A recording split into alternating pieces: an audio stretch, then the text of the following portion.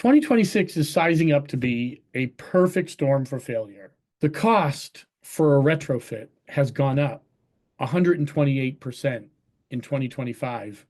The tariffs aren't about the 10 or 25% increase to the price.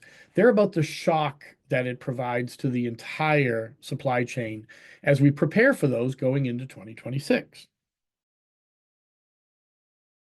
Just there at 1 o'clock, so we're going to kick it off and get started. My name is Ted Atwood. Let me just give you the backdrop for this discussion. Several months ago, a couple of grocers who I've been working with for a very long time asked me to help on a roadmap for their 2026 budget development. And these budgets have been fairly consistent for a long time. And they were seeking some clarity on what regulations, import tariffs, and some other things would do to their budget. And as we started to go through the possible scenarios related to budget impact, the team around them, not the people that I've known and I've worked with for a very long time, but the people around them were incredibly surprised at the impact a leak can have and how there's really two different types of leaks. One type of leak is your common leak where you stay underneath the EPA's threshold or the state's threshold, whichever state you might be in.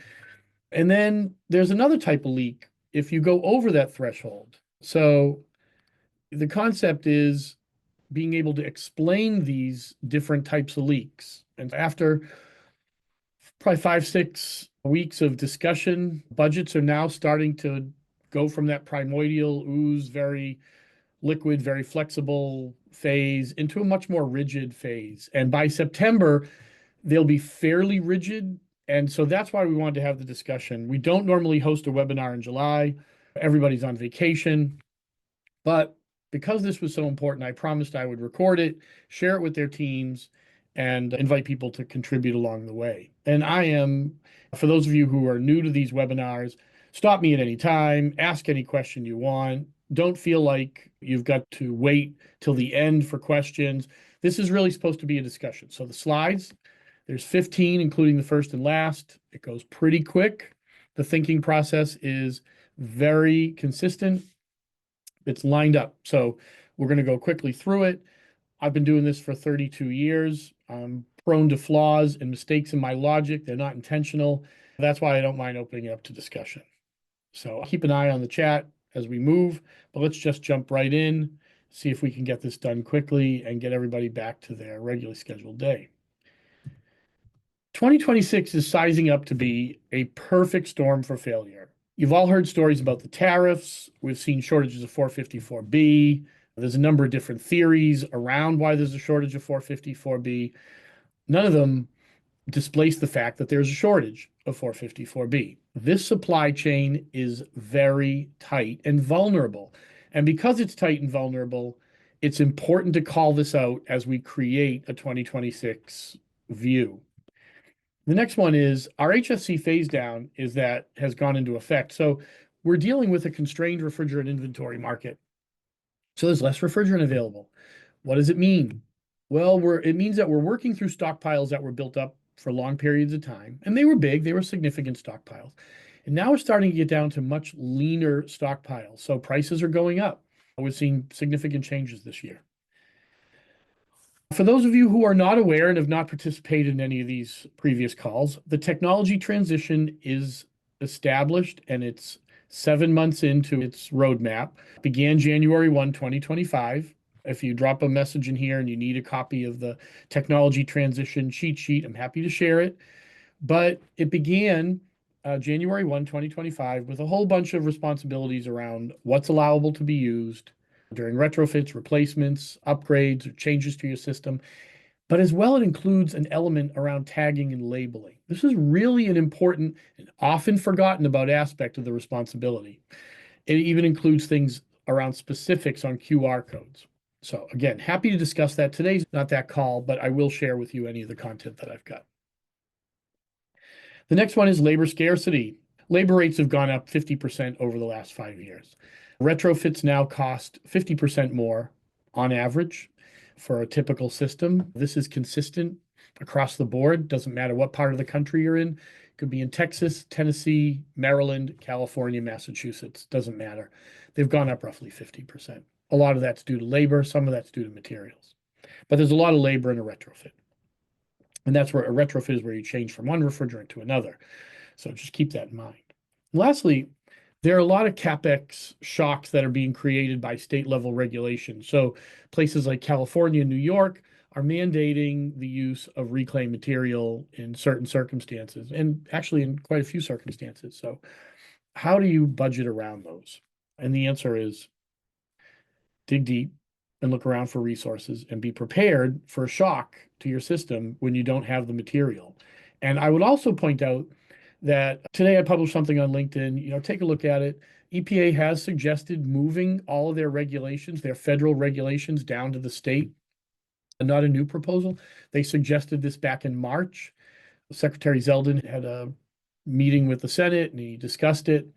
They want to move almost all of the functions of the Office of Air and Radiation. I think it's called OAR, Office of Air and Radiation. They want to move almost all of that over to states. A couple of the programs that are on the chopping block are Green Chill, which we expect will be picked up by somebody. Not sure who. Could be a nonprofit. But the key here is it starts to decentralize the controls and the mechanisms. And what that does is it really sends some shockwaves through the marketplace. And as I mentioned in issue number 1, the tariffs aren't about the 10 or 25% increase to the price. They're about the shock that it provides to the entire supply chain as we prepare for those going into 2026. And what this does is it puts more responsibility on private enterprises to have an action plan. Because instead of having a one size fits all, which is very easy to fit into and manage, now we're going to have to start looking at how these budgets are affected. But primarily today, we're going to talk about how this perfect storm is tied to this issue of two different types of leaks. Path A, where you can control the leak and keep it below the threshold. Path B, where you can't control the leak, where the system continues to leak, and as a result of continuing to leak, new actions have to take place. So 2025, we have three big things. We have a limit on the availability of material. We have a responsibility on documentation, and we have the challenge of replacement if we can't keep those emission rates down. So a comfort cooling system's leak rate is 10%. Our refrigerations is 15. And then we have this other program called SNAP, Significant New Alternative Program. Be careful when you Google this one because SNAP can bring up other things throughout the internet, but it's EPA and SNAP. And what it did is it set global warming limits, which it was mandated to do by Congress under the AIM Act. So these three things are all aligned to create new sets of responsibilities for people that are managing and operating anything with climate control and refrigerants, any GWP above 53.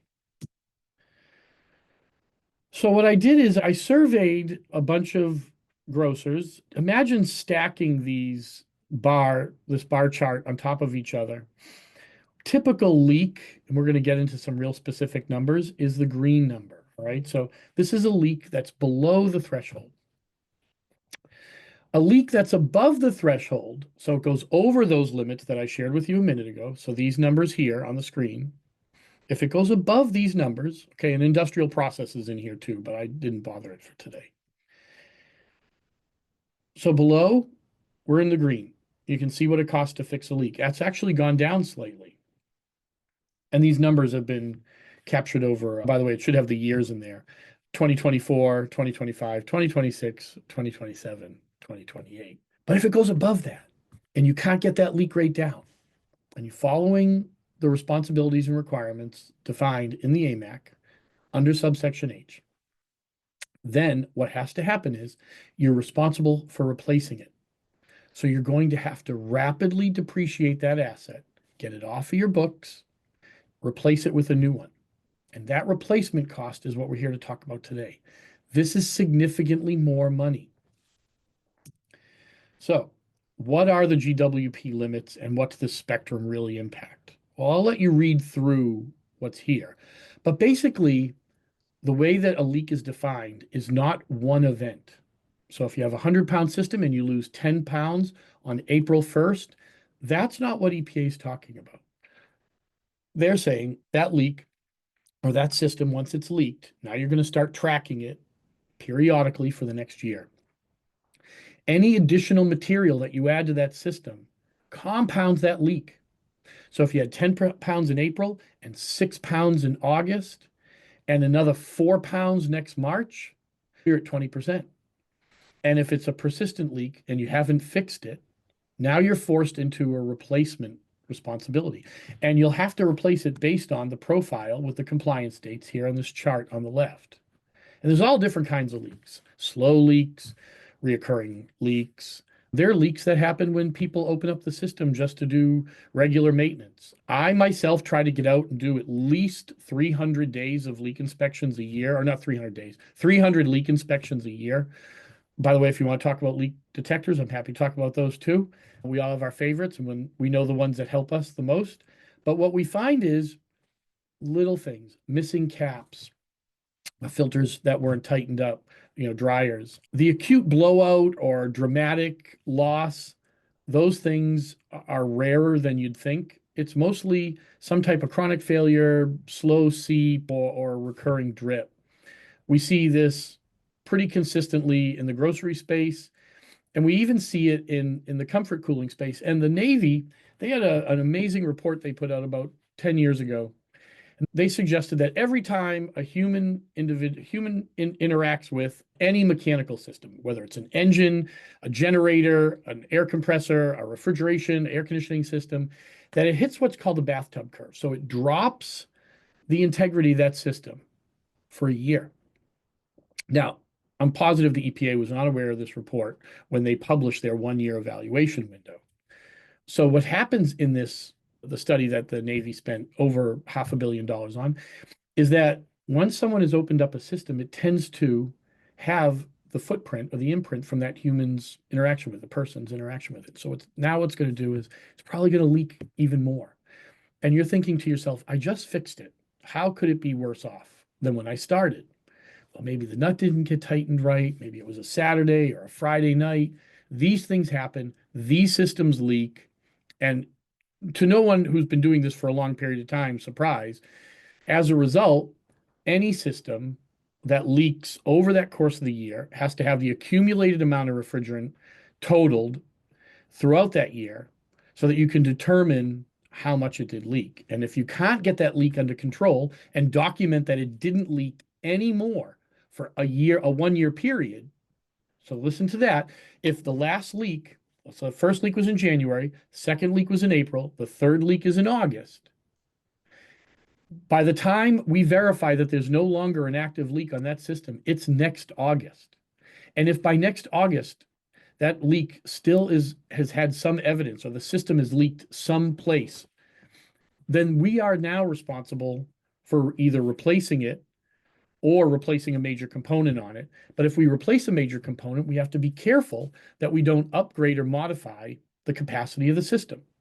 So if the system was a 100-pound system, and now we have to increase, or going to retrofit it to, let's say, 454B, but we need to increase the capacity of the condenser because we just lost some capacity because the refrigerant has different capacities than its original refrigerant, like 404. Then what ends, or 410, excuse me, in that case, then what has to happen is we have to replace the entire system. We're not allowed to upgrade it, or we have to use reclaim.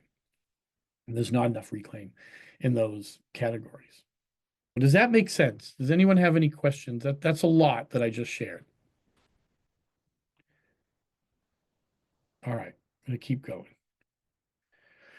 So what are the numbers, the real numbers? Okay, 25% is the average leak rate. 40% is the average cost increase to refrigerant in 2025. Some refrigerants have gone down. For instance, R22 is flat. It hasn't really gone down, but the common refrigerants have gone up significantly in price. But here's the last one. The cost for a retrofit has gone up 128% in 2025 over the last 5 years. And I think this is a really important number. So the numbers at the bottom of the screen are some numbers that I pulled from some budget numbers that we're preparing for a couple of different people. And so estimated cost for a retrofit, because we can't just change, or replacement, excuse me, can't just be a change in refrigerant. Now we have to change the entire system. So it's a CO2 system, primarily, at least in grocery. And as a result of that, we're looking at about $3.2 million versus 2.5 million by 2030 for that same unit. So these numbers, when they hit the budget sheet, become really significant. Let me see if I have to change anything. All right, no, it seems like we're good. These become significant numbers. So in 2026, we're going to actually increase the budgetary number for a retrofit about 6% so that we account for any price increases related to those tariffs, shortages of material, increased cost to labor, or the need to retrofit something that we might not have budgeted for otherwise. So for the average person who's running a grocery store, you'll start to see some of these numbers. But before we get to the numbers, I do want to share this chart. And this is available to everybody. When this is over, I'll share the slides. This chart is the SNAP chart, Significant New Alternative Program, SNAP 26, which is the most recent one. And this calls out the different types of refrigerant, whether it's an A2L. I do have one A3 down here at the bottom on the 290. And it tells you the allowance, whether it's allowed in retrofit, allowed servicing equipment, and where prohibitions are. Just look for the red and the yellow. And then you have to look out for reclaim on servicing. Because that's going to be in the chart, I'll just share it with everybody. Oh, Jose Maria. Yeah, Ted, hello. Maybe it's just me, but I can't see your screen. I don't know if you are sharing something. Oh, I am. Let's make sure we're sharing it again. Okay, Can you now it's see? working. Now, Oh, now no. it is. Then Thank you. let's get back here. I'm going to go quickly. Okay, so my apologies, everybody. Scenario-based life cycle model, really quickly. Stack these on top of each other. Green are for those leaks that are below the EPA threshold. Orange and red have to be stacked. These are the additional costs due to missing that leak threshold number and exceeding it. These are the GWP numbers for the various types of systems that are called out in SNAP 26, and also the technology transition, which I'm happy to share. I will be sharing both of those with you. 25% is the average leak rate, 40% is the actual increase of cost of common refrigerants in 2025, 128% is the increased cost of changing out a system, a CO2 system, in 2025 versus 2030. That's the budgeted number. And now here's the other chart. I think we're caught up. Jose, thank you for your help with that. And here we can see the allowed options, green, red for prohibited, and yellow means check for it, because not all of these are the same. Reclaim only may apply depending on the sector and equipment. And the cheat sheet that I'm going to give you includes the sector and the equipment type. It's way too much information to share, and it's really not what we're here to talk about, but you should know about it when you're creating your budget. Look, in my experience, we have about 5 weeks before budgets are solid, lots of vacations over those 5 weeks. So it's important to share this now. All right. So we're going to take a couple of real world scenarios. They're listed here. This is the price of refrigerant, 404 and 410, two very common refrigerants. We're talking about leak rates. This is the test case for the discussion today. So this is, again, something that even the EPA did not include in their modeling. EPA's modeling, when they talked about financial impact, is very similar to the models that I see happening in budget creation. EPA looked at the cost of refrigerants. They didn't look at the increased cost to replace a 404 system with a CO2 system. And I know a lot of people can be critical of the EPA, and you're welcome to share your criticism whenever you get time with the EPA. You should do it sooner rather than later, since I'm not sure all those people will be around. But I will also point out that if you share them with them, then you should equally share them with the board, the CFOs of most companies, and anybody who's responsible for creating budgets who hasn't looked at full replacement costs. So for instance, 100 grocery chain, let's say a grocery chain with 100 locations, should be budgeting to spend about $300 to $400 million in the next 12 years to replace almost all of their equipment. Now, I'm not saying that they're going to have to write all those checks all in 1 year, but if you don't support everything now, 2030, time we get 2030, there won't be supply of refrigerant for those people to service that equipment. And there is no clawback going. Is a rating already.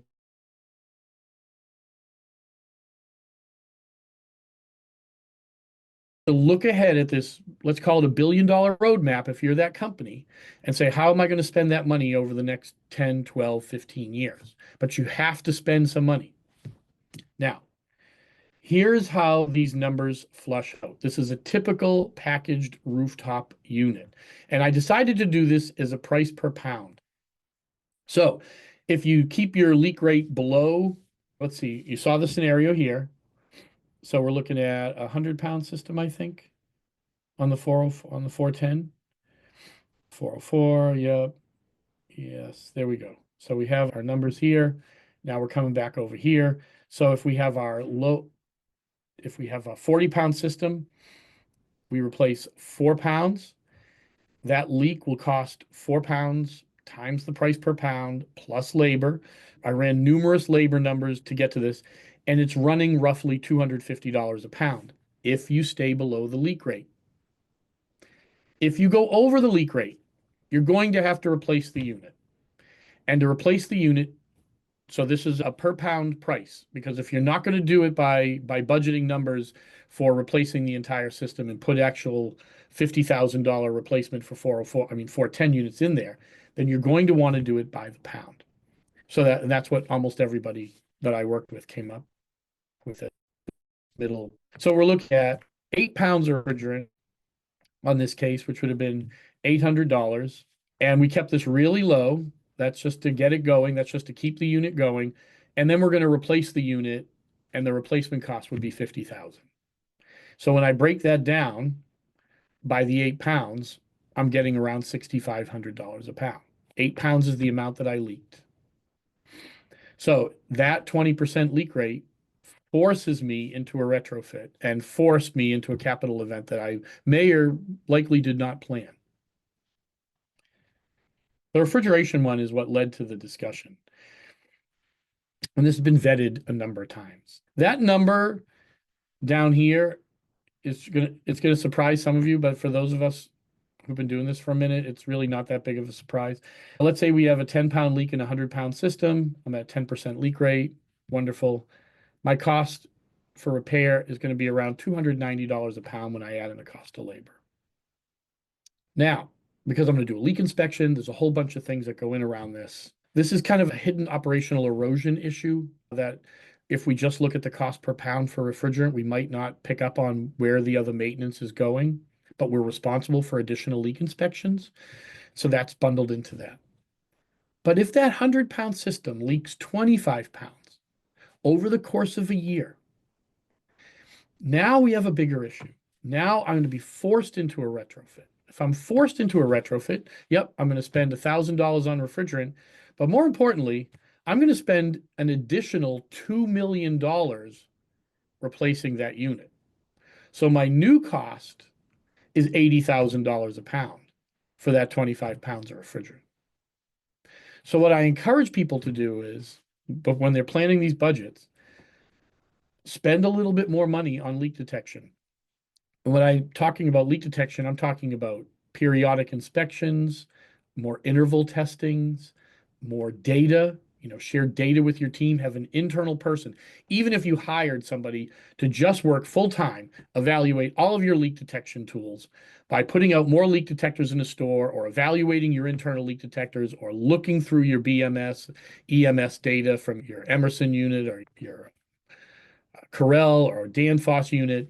If that person just full time focused on looking for leaks across a profile of, let's say, 100 or 200 locations, they would make their payback if they could keep your leak rate down below 15% by just making sure that they picked up all the early warning signals, sent them to the techs in the field.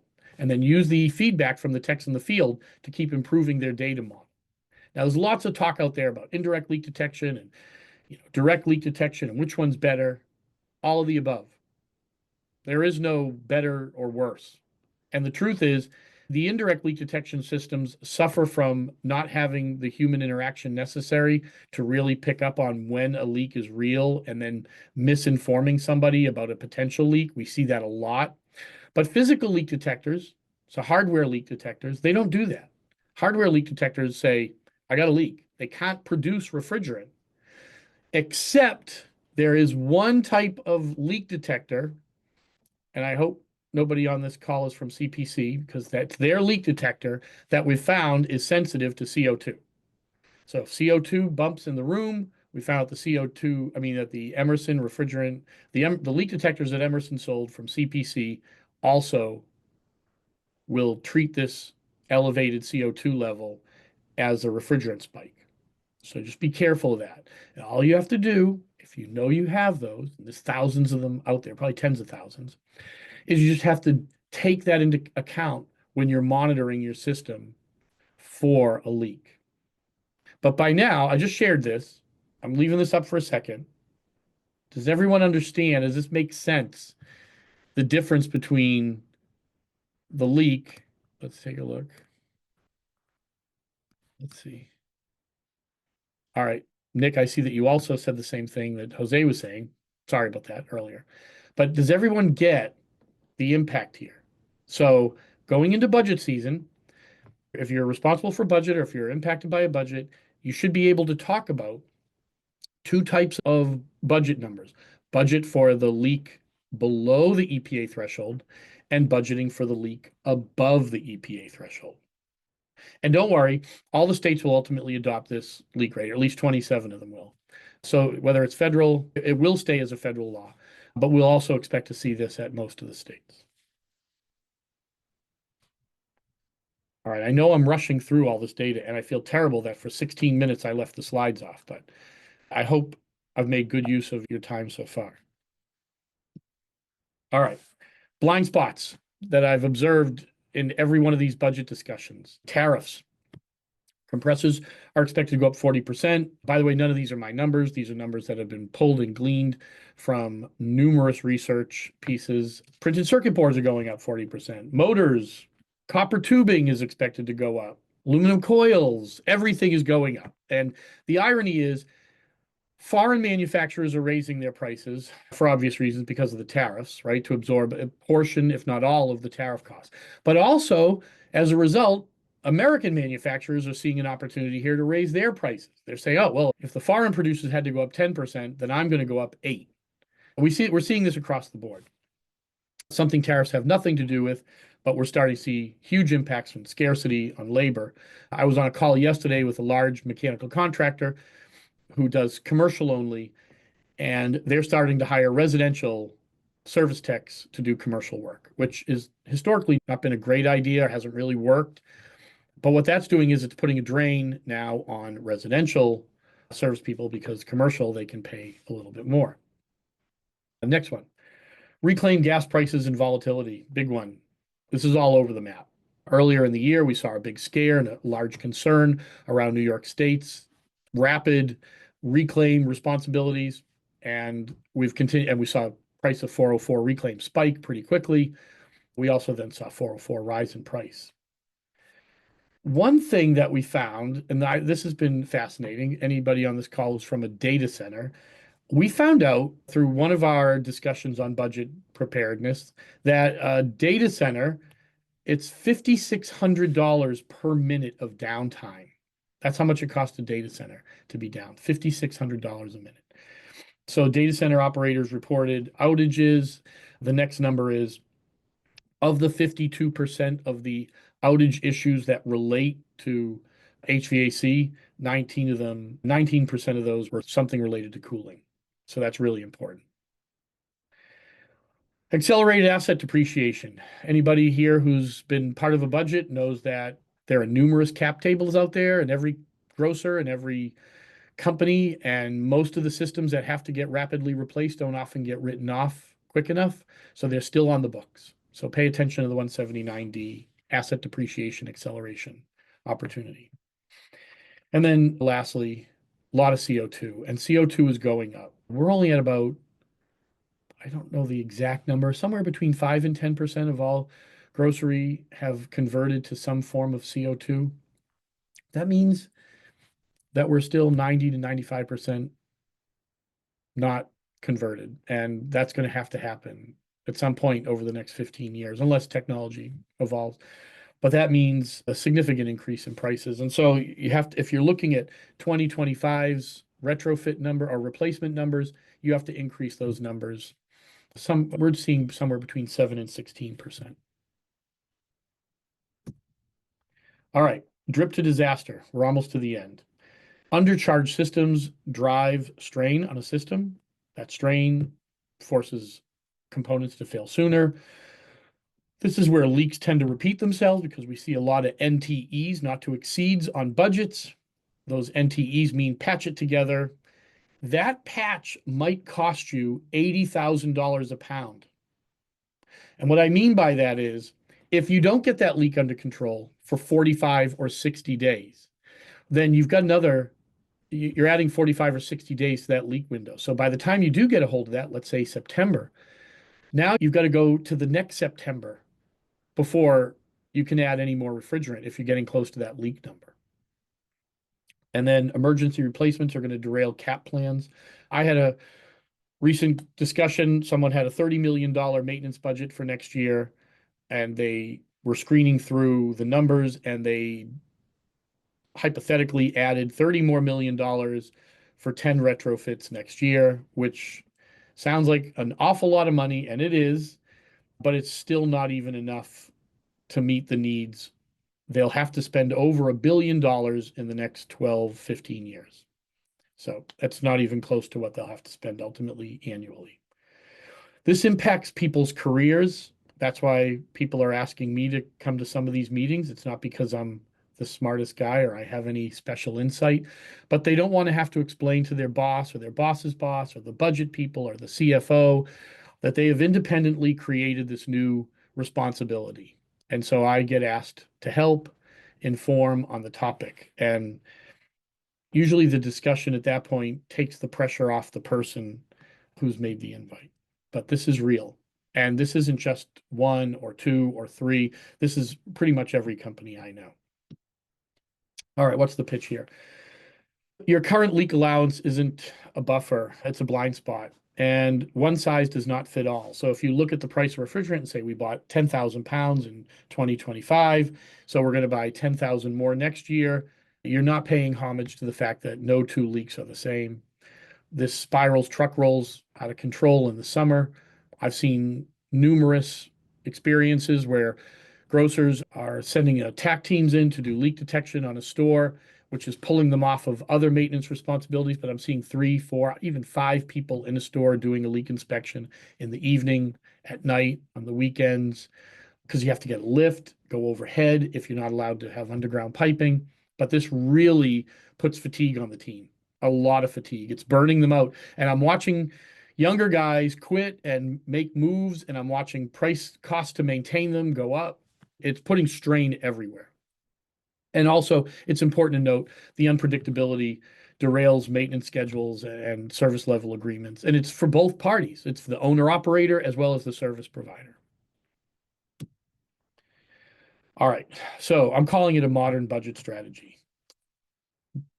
By now, you saw some numbers. Doing some scenario-based life cycle assessments and modeling your leaks based on multiple years is incredibly important. We could go through Monte Carlo inputs, and I could talk about gas prices, labor premiums, all the variables that impact these things, which is what we're doing in the situations where we're actually talking about specifics on budgets. That's how I got those earlier numbers. But it's important that if you're not doing them, that somebody on your team does do them and find time to do them. Look at the dynamic crossover charts. Look at the OpEx versus the CapEx triggers. Look and see what you've got in budgeting, depreciation. Take all that into consideration and be asset centric. Remember, tagging and labeling is already a responsibility, and by 2027, it'll be almost the entire cooling fleet will have to have been tagged and labeled. So jump on this now. Once you're tagged and label an asset, you'll have an idea about key aspects of that asset. Some of the things that the EPA demanded go into the asset tag capture process are things that we don't see on everybody's budget. I mean, on everybody's cap table. Refrigerant type, age, all those kind of things. All right. Look at your 3 to 5 year replacement cost, cash flow, outputs, and talk seriously with your CFO. If you haven't had a conversation with your CFO before you get to that meeting, you're doing yourself a disservice. You should share with them some of your Monte Carlo inputs, ask them where you might have gotten it wrong. Don't surprise them in the meetings. I've been in meetings where they get surprised and it creates confrontation. Share them ahead of time. If they get to the meeting and they didn't read it, well, it's on them at that point. But you've done your job. All right. What should you be doing now? First of all, there's no need to panic. If you feel overwhelmed, you're like the rest of us. Verify your exposure, count your systems, profile your assets, put them into categories, low, medium, and high risk. I've seen grocers doing a great job. I've seen some data centers trying to do this. What they're doing is they're profiling a location and saying, we're using a higher than normal amount of refrigerant. We're going to take our top 10 refrigerant locations and we're going to focus on them for 2026. We're going to drive that usage down. You want to look at a budget to replace? Look, if I'm telling you in 15 years you're going to have to spend $1 billion, set aside 5 to 10%. If you're on the low side, set aside 5%. If all you get back from the finance people and budget is 2%, at least you've painted a picture about how you needed 10, you took 2, and at some point you're going to have to pay the piper. Set up a budget calculator. I'm going to have one I'm launching next month because this is so important. I've done it in the past. I found it really useful. Calculate the cost of that budget, the cost of that leak, and determine how much it is, and use that as a quarterly number to discuss with your team.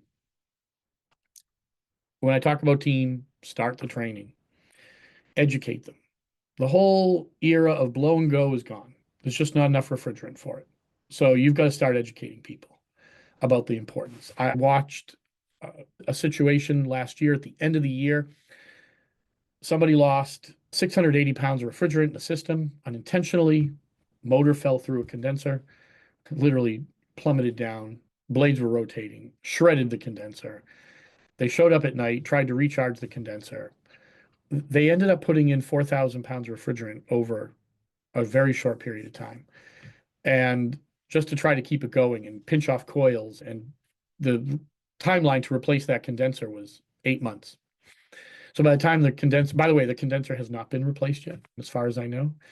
And what ends up happening is they're going to be forced into a retrofit because it'll have been leaking by the time they get this condenser in for 10 months. And even when they get the condenser in, they're focused on the condenser. There's lots of other leaks throughout the system. But it's hard to find them because leak detectors are going off all over the place. So just to agree on what training looks like and education and awareness and create a dashboard. Man, there's a million dashboards out there, but create a dashboard that you and your vendor or your team can agree on. Keep it super simple. 1 or 2 or even 3 data points that you look at around emissions or around time to get the repair done. Or, I mean, the worst one is how long does it take you to document it? I've seen, and this isn't abnormal, 1, 2, 3, 4 weeks in the summer to document maintenance. And the guys don't care because they're busy and they're already under strain and stress. And it's not that they don't care, it's just that they can't care. They've got other priorities. And then the last one I'll tell you is something I've been working with this company out of Spain, AKO. They call themselves ACO. 1 or 2 of the people are on the call today. You know, leak detection as a service. It's complicated. You don't have the bandwidth. We get it. So they read through these detection responses daily and send feedback and push on your vendors, get them to help access this information. Don't just go pushing data around and blaming people after the fact. There's tons of tools out there for us to do a better job. And the whole reason I like to talk about these things and have a solution at the end is because, well, Frankly, we all know we've got problems. 32 years I've been doing this. I've never felt like we've solved all the problems. And we're going to continue to face hurdles and issues, but look for the vendors that help you and share and want to solve the problem. And the dashboard will be something that you guys can agree on, but it'll be intuitive to your relationship if you're all on the same page. And so that's why it's nice. Jordy and Jose Maria and Antonio, they've been fantastic. They get on the call, they look through these reports, they don't let them lay flat. The data doesn't sit in somebody's inbox somewhere. It's a phone call. And I love being part of that. And I go out and I do the leak inspections too. I love going to the stores. For anybody who's been doing this for a long time, going to the stores is the best part of the job. You get to talk to people who are doing the work and hear back from them, make changes, and make sure that you're relating. But anyways, guys, I hope that's helped. I've taken up 43 minutes of your time today, and I hope I've either provided some insight or opened up a door. I will share the presentation and the cheat sheet on the technology transition. And next month, I'll publish the leak rate calculator so that you have it and you can use it internally to talk about these leaks. But I've been doing this 32 years and I've still yet to see the leak rate drop. And I'm on a mission to do that. And I appreciate you joining because now I consider you on the same mission. Hi, everybody. Thank you for joining today. Appreciate it.